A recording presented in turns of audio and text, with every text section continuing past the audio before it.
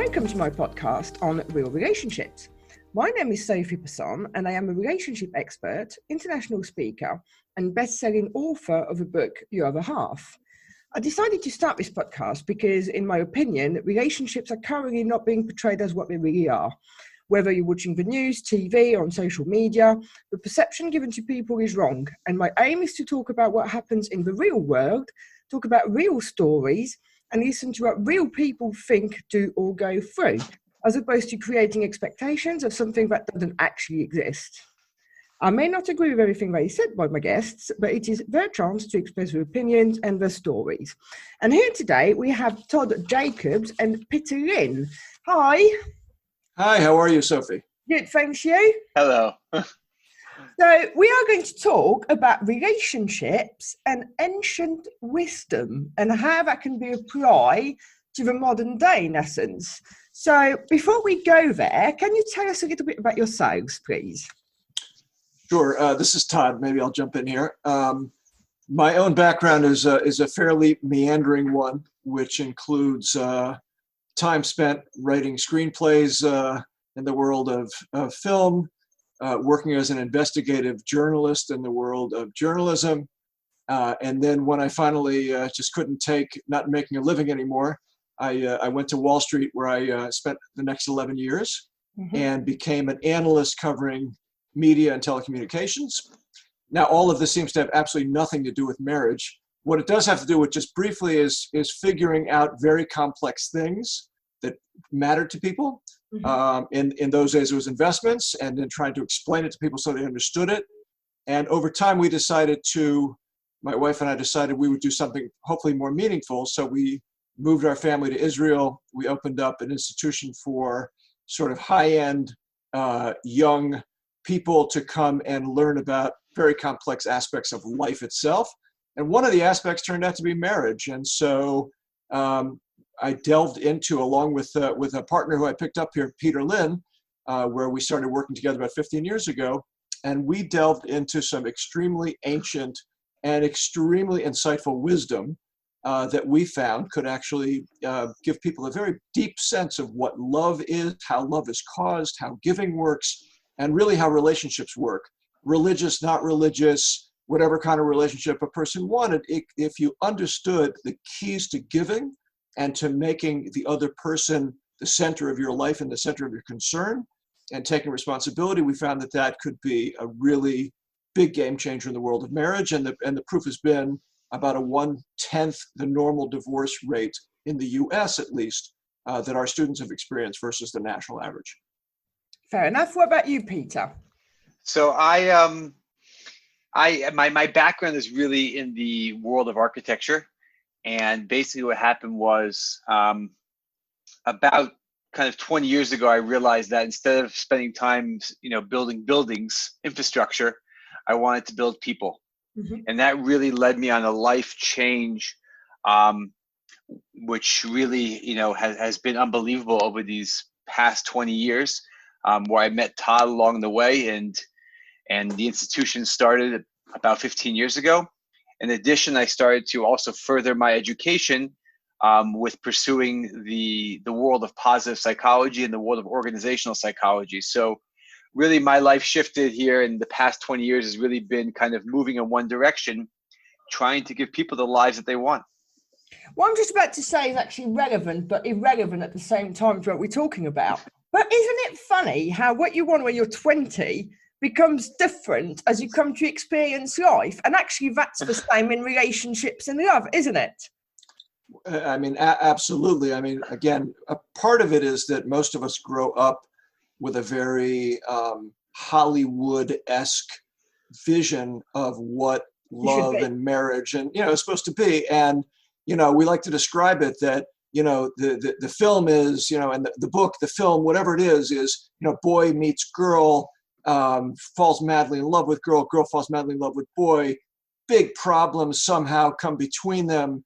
They both suffer, at the end of the film, they fall back into each other's arms and the curtains, fall and, the curtain goes down, and that is, end of story. And of course, funny enough, There's Yeah. a sequel to that, isn't there? There isn't a Yeah. sequel where you see them like changing babies and getting up at 3 o'clock in the morning, and probably less glamorous. You got it. And unfortunately, half the sequels really end 5 minutes after the curtain comes back up, and he realizes, wow, she's not quite as cute as I thought she was. And she says, wow, I thought he was really charming, and I see he's actually quite selfish.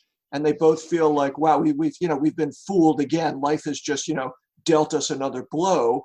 And so I guess I just blew it again, and I better go start over again. So 5 minutes later, 50% of marriages end in divorce in the United States. And I think it's, generally the same around the world. And the other 50% that make it, as you just described, Sophie, chapters 2, 3, 4, 5, and 6 involve a lot of heavy lifting, shall we say, whether it's the babies or the financial issues or the, whatever it's going to be, and midlife crises. And unfortunately, even those 50% which stay married, it's not so clear that a lot of them are really happily married and fulfilled by the relationship. Would you say, because I think that's something that I see a lot, is that people actually, that sounds going to sound a bit harsh, but they kind of pick the wrong people. They just pick like what's there and what is giving them what they feel they need, as opposed to what they actually genuinely need. Yeah, I think that people make a lot of reactive choices when it comes to relationships. You kind of, whatever comes up or whatever state I'm in, if I'm in a down state, I think that people don't really think proactively as far as, okay, I want this long-term relationship. I want to have a great marriage. What's going to be what's the definition of a healthy spouse for me? What should that relationship look like? And therefore what happens is, unfortunately, all the serious conversations end up happening, in the wrong way. What happens? There's a lot of lust, and there's a lot of passion. And then all of a sudden, when that begins to wear off, well, then you start speaking about the bigger things. Okay, is this relationship good for us? And how do we want to raise our kids? And what kind of lifestyle do we want to live? And unfortunately, it's a formula which causes a lot of stress and a lot of disappointment. And so what happens is people jump into relationships based off of that initial energy, based off of initial passion, and they don't really think long term. And then all of a sudden, now when all of that energy and chemistry wears off, well, is this the person I really want to do those bigger things with? And so I think that when people start going through relationships in a very reactive manner, especially thinking about that big relationship in your life, your marriage, I think it ends up leading to a lot of disappointment down the line. And I think I'm going to talk about myself here for a minute, but I think it does take courage to walk away. I mean, I don't know what that says about me really, but marriage was either discussed or proposed to 6 times, and each time I said no, which, was possibly a bit harsh at the time, but it wasn't right for me. And a lot of people then proceeded to call me a commitment phobe, but it had nothing to do with that. It's just I knew that long term. But don't get me wrong, they weren't easy decisions, because you're kind of like, in essence, walking away from someone that, you get on with. But that's not enough. And I think that's the, again, I don't want to say whether you have a commitment issue or not, but the fact that you're able to say no and think long term, I think that's something that people are not able to do. And if people were able to do that, I'm not saying it's easy. And I'm not saying, it's something which is enjoyable, but that short-term pain is going to kind of allow you to avoid a lot of sorrow in the future. The world of divorce, people talk about divorce. When you hear that someone got divorced, it's not just that they got divorced now and therefore things got bad now. It's a buildup usually of many years of things not going right. And then once you get divorced, there's a lot of pain of leaving that divorce behind you and trying to start anew. So and I think this is the thing, it's fear, isn't it? It's fear of being on your own, it's fear of not finding somebody else. And then I think it goes back to yourself. Why are you so worried you're not going to find someone better for you? Is it about self-love, self-acceptance, blah, blah, blah sort of thing? Right. Right. I think that, I think it's a lot of people are scared about, are they going to find someone else? And a lot of people, and I think even more than that, just aren't thinking long term. And they get so caught in the emotion right now, and they get caught in this false reality that the emotion they're feeling right now will last forever. And so I think when people have the wrong paradigm as far as how a relationship actually works, then they get stuck in a lot of difficult situations. And that pattern can repeat itself for years and years and years and years and years. Mm-hmm. So I think that if people, number one, had a clearer paradigm as far as how a marriage is supposed to work, and number two, I think if people had a bit more courage to say, you know what, let me think a little long term, it could be that the state of marriages, could be a bit different than as we see it right now. So, ancient wisdom. Okay, I think that's actually that's the perfect segue, because I'll give you one example of what we looked at as being some very, very powerful wisdom that came from Jewish mysticism, which is good couple of thousand years old, and somehow when you peel it out of its kind of original context and you just look at it for what is the wisdom telling me about relationships, I'll tell it to you and you can tell me if you find it insightful. There's a concept, very deep mystical concept, which is that everything in reality that comes into reality takes place in two phases. There is an initial phase where the reality is created at almost an unbelievably high level, inspirational, powerful, to kind of create a space for that reality to exist in the world. But that initial phase fades very, very quickly, and then has to be rebuilt over a long period of time with lots of work to more or less mirror that initial phase of inspiration. Let me give you an example outside of relationships, and then we'll take it to relationships. So let's say, for example, human life. Everybody starts out life as a child before they become an adult, right? Now, those are two very distinct phases, even though unfortunately some people remain in a childlike emotional state maybe for their whole lives. That can be a problem, but we can talk about that separately if you'd like. But what's childhood meant to be? It's an incredible period of pure inspiration where a child feels I could be anything. And that's always the beauty and the charm of a child.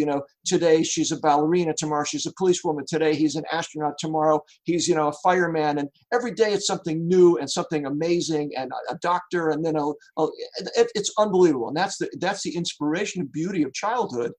But it's also the tragedy of childhood, because childhood is defined by I can be anything, but in reality I'm nothing. Adulthood is when we go from that relatively short period over the context of a whole life, and we say, I now have to make a bunch of decisions to cut away all the things that I'm not going to be. And by the way, the reason decision making is so painful, the word decide is related to the word homicide, which means every time I make a decision, I'm killing off a possibility of something I could have had, something I could have been, a woman I could have been with, a job I could have had. And by deciding that I'm not going to be A, B, C, and D, it actually gives me an opportunity to say I am going to be E, or I'm going to be F, and I'm going to put all of my focus into that. So the tragedy of adulthood is all those things I could have been, I'm not going to be. But the beauty of it is I can actually be something. And that's a much longer period, much harder work. It's dependent upon me. It's no longer just inspirational. And then ultimately, hopefully, you get to a point where you grow back into that inspired vision that you had, but you've made it real. Okay, so that's a non-emotionally laden area. How about relationships? Okay. Yeah, so and this is it. You meet the person first of all, and it's all rosy and happy days and flowers and all that, and then you got it. You go through that phase of actually getting the real person, and the parts that they don't even like about themselves. That's right. And by the way, without that explosion that happens at the beginning of a relationship, don't work. You don't get involved. You can't get involved. There's no interest. There's nothing drawing you, let alone really super drawing you. But unfortunately, if we have the vision that is the relationship, as opposed to just the inspirational phase to get me involved with the relationship, then I'm doomed. And I will spend my life, and this is the story of many people, I spend my life in search of that phase one experience in my relationships, and I do it over and over and over and over again, and it always fades, and I never build anything real.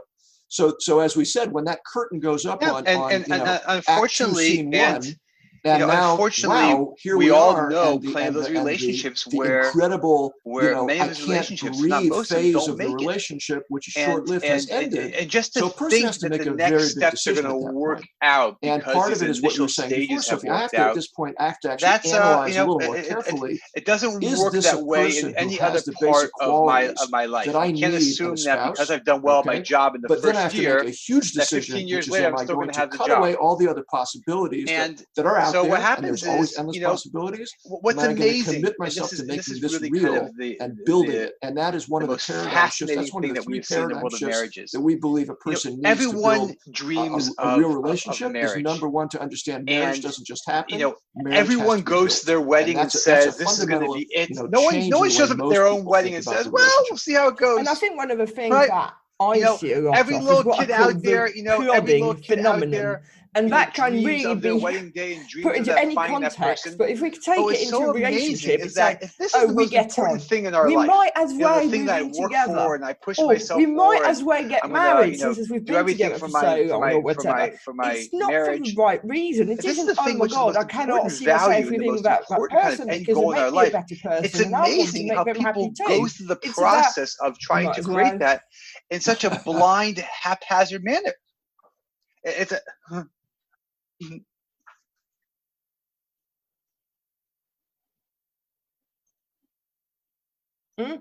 Plenty.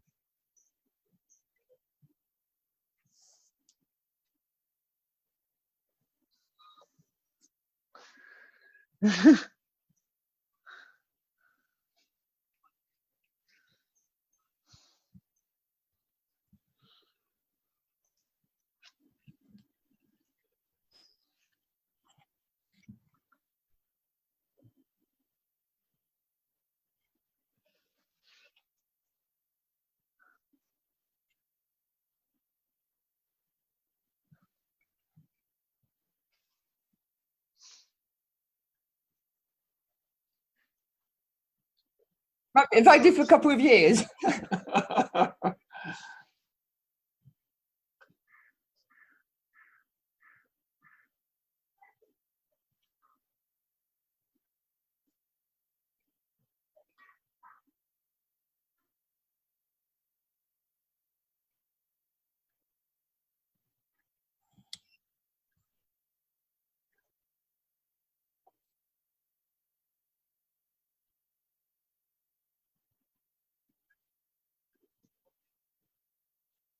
Another thing, this is an example which has sprung to mind as we're talking.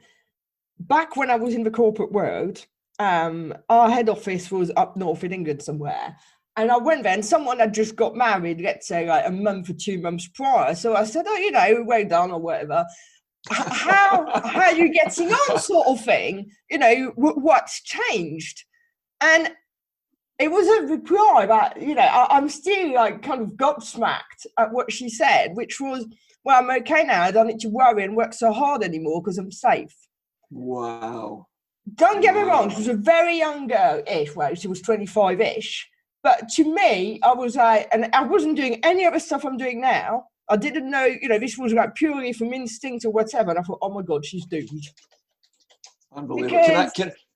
Can I tell you a very similar story that happened to me when I was in the corporate world on Wall Street also, and that is it was when I was working for J.P. Morgan, which is one of the largest investment banks in the world, and we had done a big piece of research in concert with one of the great strategy consulting companies, McKinsey and Company. We put out this big piece of research, and then we decided we're going to take this piece of research, we're going to charter a plane, and we're going to run around the country to their biggest clients, our biggest clients, for a week or two. So this is what we did for, I don't know, I think about 10 days, 11 days, something like that. It was exhausting. And what happened though is that at 30,000 feet on a little private plane, which is not an experience most of us had ever had before, we started sort of like all bonding together, the 6 or 7 of us who were literally day after day, night after night, like working together through this process. So one night we're sitting on the plane, and one of the young analysts from JP Morgan, who was on my team, he started complaining about his marriage. Mm-hmm. And he said, and I don't know where this came from, I don't know how the conversation came up, but he said, listen, the problem is, my wife, he said, when we got married, man, the things that she did for me, and she was so sweet to me, and she did this for me, and she did that for me. And now, like, I'll tell you, I just, I don't think I love her anymore. So I was sitting there, and I recalled, as I was listening to him, again, I'm going to bring you back to another piece of that ancient wisdom and see if it makes sense to you. But I said to him in front of the crowd, I said, listen, your problem here is that you have a very mixed up idea of what causes love. Mm. So suddenly all 6 or 7 people just went silent, and all the heads turned. But that's because they think love is conditional. Well, right. And he said, well, and of course, 6 people said to me, well, what the heck are you talking about? So I said, listen, there's this old famous rabbi, and I won't bore you with his name or the details. I said, but he basically wrote a very big piece on love. And basically what he said was, he asked the following question. For example, who loves who more? Does a child love his parent more, or does the parent love her child more? And of course, we all know the answer is, the parent loves the child more. And the question is, why is that? I thought that I love because someone gives me stuff, right? And well, who does all the giving in the parent-child relationship? At least for many, many, many years, the parent gives, generally speaking, a good parent gives unconditionally and endlessly to the child. Child takes everything, doesn't give anything back. So you would think the child would be madly in love with the parent, and the parent would sort of hardly care about the kid. And it's exactly the opposite. And the point that he made was that this old rabbi made was, you love not where you get, you love where you give. There's a whole dynamic there. Really, ultimately, I love myself. But as I put myself into something else, it could be a plant, it could be the house that I build, it could be the dog or cat that I raise, or it could be my child, or it could be, by the way, my spouse. The more I give to that other person, the more love I will feel for that other person. So I said it to this guy, this young guy, and he was sort of speechless. And then that was the end of the conversation. And about a month later, he came back to me in the office and he said, I want to tell you something. He said, I took what you said to heart, and I decided to start, so giving what we do is like this, is that, doing more in our book, what we basically say is that now that we know kind of what the PDF kind of manual is of the formula of how to make a great relationship, which is all via giving, what we do is we kind of go into at that point 4 practical areas that are all based on this idea of giving. We are conditioned. And it's all about the self. There are examples in each of the 4 areas, which we can go into. But let me just lay out kind of what those 4 areas are. Earlier, okay? Because basically the first we are area recording this at the moment of coronavirus. Expressing gratitude. And there was a piece just now on the TV. The second area and I may is talk a bit out of my arse, and I'm sorry about that. But showing respect. These families have just given birth, right? So we've got this brand new child. The third area, which is actually their eyes out because the grandparent quite can't interesting, see the child. is the idea of and what I was keeping thinking things was fresh at that in point, your well, marriage. first of all, you've got a child. And the fourth at the end idea, of it. Not which we everybody speak about, that lucky. is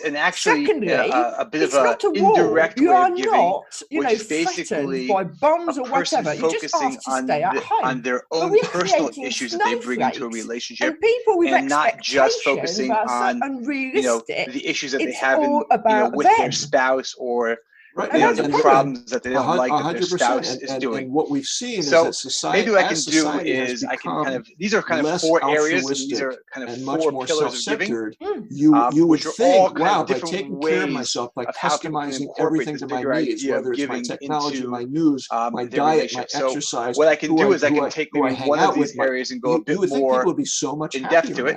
And yet let me focus on the idea maybe is that people are more depressed. There's much people are generally speaking more lonely, we've done a lot of more research, depressed, especially in the and have field much of more positive anxiety. psychology, which And that is a is lot of my function of not background. being able to spread yourself what's the other amazing, in a and meaningful this is way for fascinating, giving. And is that's that what one of the that's what biggest we found in problems that marriage. That's happens what in we the found world of pretty marriage much is the everywhere in world of life. expectations. So give us more Okay, there are examples certain of how expectations that we people who are have, listening to and this our can spouse should be apply doing X, ancient Y, and Z wisdom for to their us. Now, relationships. it's actually now what's fascinating is like this: is that when we look at our spouses, so what happens? Okay, if let's say my wife, okay, doesn't meet those expectations by like this, like small, by 1 centimeter, I'm frustrated. Hey, this is what I expect, and you didn't match my expectations. When do I express my gratitude to my wife? When she goes so far beyond those expectations.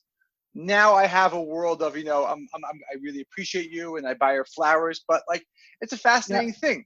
Now, if you look at our life outside of our marriages, let's say in our public life, if I go to a Starbucks and I go to pay, and all of a sudden I, order some Frappuccino and I pay and I leave my credit card at the counter. And all of a sudden some guy chases me afterwards and said, "Sir, you forgot your credit card."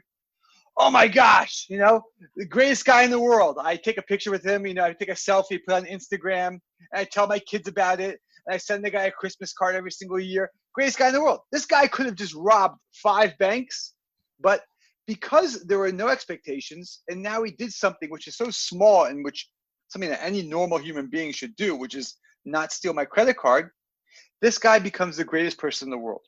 Mm-hmm. And one of the ways that we have found that has kind of been an approach to infuse marriage with the whole new world of energy is when a person realizes that at the heart of my marriage has to be a world of gratitude.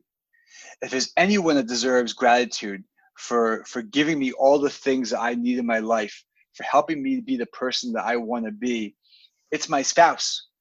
And what we have found is that really why we chose gratitude as one of these 4 pillars of giving is because what I'm doing now with my wife is I realize that, the way I'm going to give to her is I'm going to make her feel so appreciated, not for the big things she does, but for those consistent, everyday actions that she does that really impact my life. And therefore, what I'm going to do is I'm going to figure out ways, not grandiose ways. I'm going to figure out ways 3 to 5 times a week of how to show my wife that I appreciate her. It could be something, it could be a small gift. It could be a small note.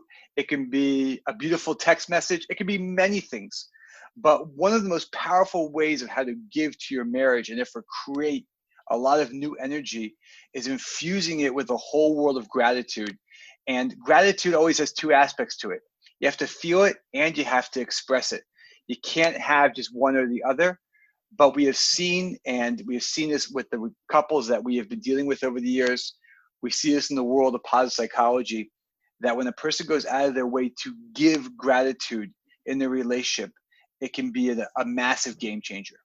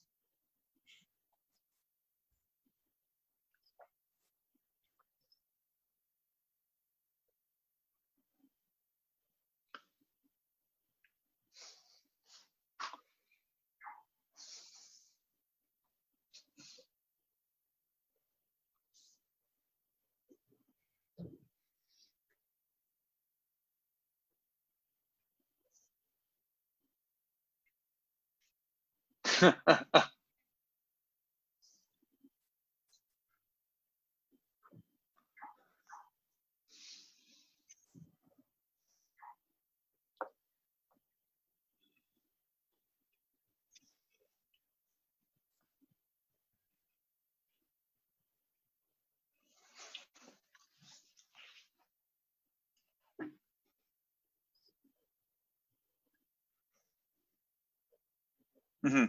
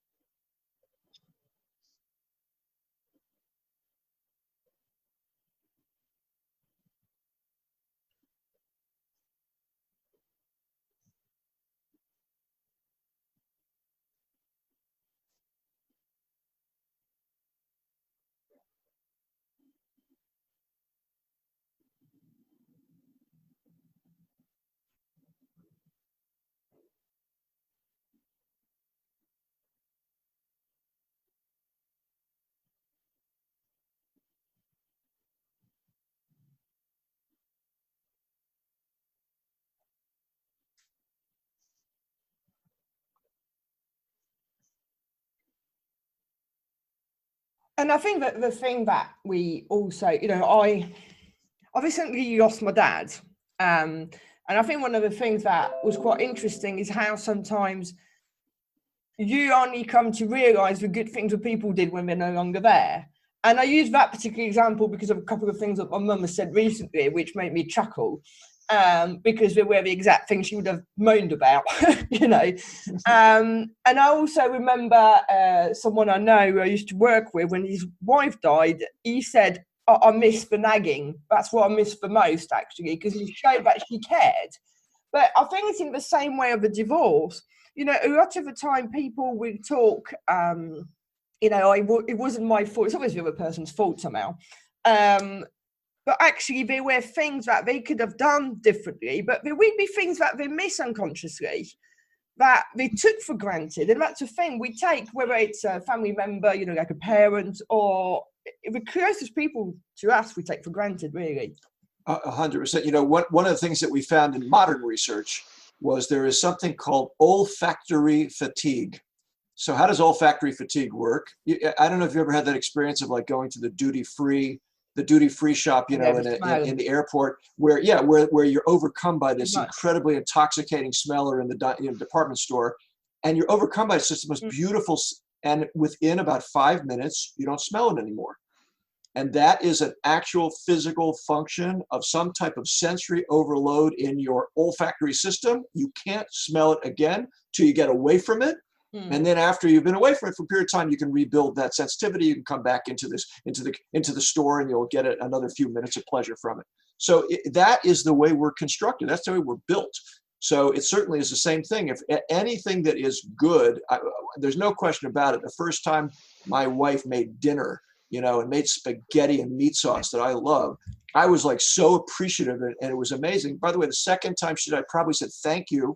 And by the time I got to the third time, well, that's just Wednesday dinner, right? I mean, like, what do I have to thank you for? So unless, as Peter said, unless it's going to be, you know, beef Wellington the next Wednesday, you know, I just don't notice anything. Right. That is something which just 100%. tears apart the fabric I of a would relationship. think that for me, that is one of those challenges that a human being has to and face. this really goes against the whole world of how we're so conditioned putting to a want reminder in my, you know, feel certain emotions. We all know all the negative things about we smartphones. want to But just there's some feel beautiful those things about them also, obviously, like butterflies about our 4 relationships. times a day into my I busy, think that people have to know that great marriages are built. There's no such thing as a marriage that just happened because two great people show up at their wedding together. That my spouse did for me And today, when and you call her and say realize that a thank you. marriage has Send her to a be text built, and say, and can't therefore, wait what to am I see you going to because you're so proactively awesome. do in order You know, to make this amazing? these are little things we have to And it's not train just going to ourselves happen for. by just But us the more you existing train yourself together, for it on you know, all an things exterior basis, with the more it time becomes part of deteriorate. you over a period of time. Anything gets old. Todd, Milk Peter, in the fridge goes sour. Food goes off. So, My iPhone goes out of date. What would So be the too, one our relationships thing that work you in the would want to exact same leave way. people with? And therefore, it takes proactive energy to build something. And there are a lot of relationships out there with the following, that if people just said, you know what, maybe if I change my paradigm and I realize I got to build my this, relationship there are a lot of relationships out there which are headed like if this, I'm going to find that a can actually relationship change and make quite it work, fast and go on or if the I've up, got a and it relationship can that actually isn't end working up so being well what and you're I looking want to for. revive it, I do not need to wait for my spouse to do something. And I don't even have to do something myself with the expectation that it will be met with a response by my spouse. I can simply say, this depends on me, and I'm going to change things. I'm going to I'm going to understand the paradigm changes that we're talking about. I'm going to grab onto one of the 4 pillars of giving. And on my own, I'm going to start working on the issue that I brought to this marriage, which is killing it, whether it's my lack of gratitude, whether it's my anger problem. I'm going to take full responsibility, and I'm going to give, and I'm going to do it irrespective of my spouse. It depends on me. And if I take that attitude, I believe that a person cannot fail in marriage. Because the truth is, our relationships are a direct reflection of the relationship we have with ourselves. Absolutely. That's exactly what you're saying.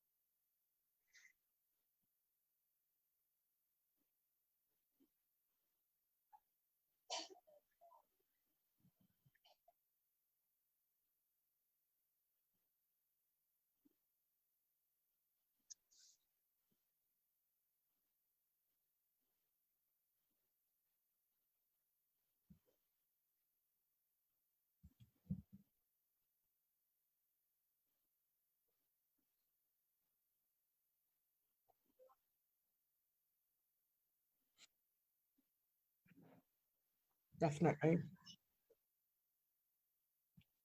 Well, Peter, Todd, thank you so much. That's unfortunately all what you've got time for today. And for everybody else, if you enjoyed the show, then please subscribe, leave us a review, but more importantly, come back for the next episode. Thank you.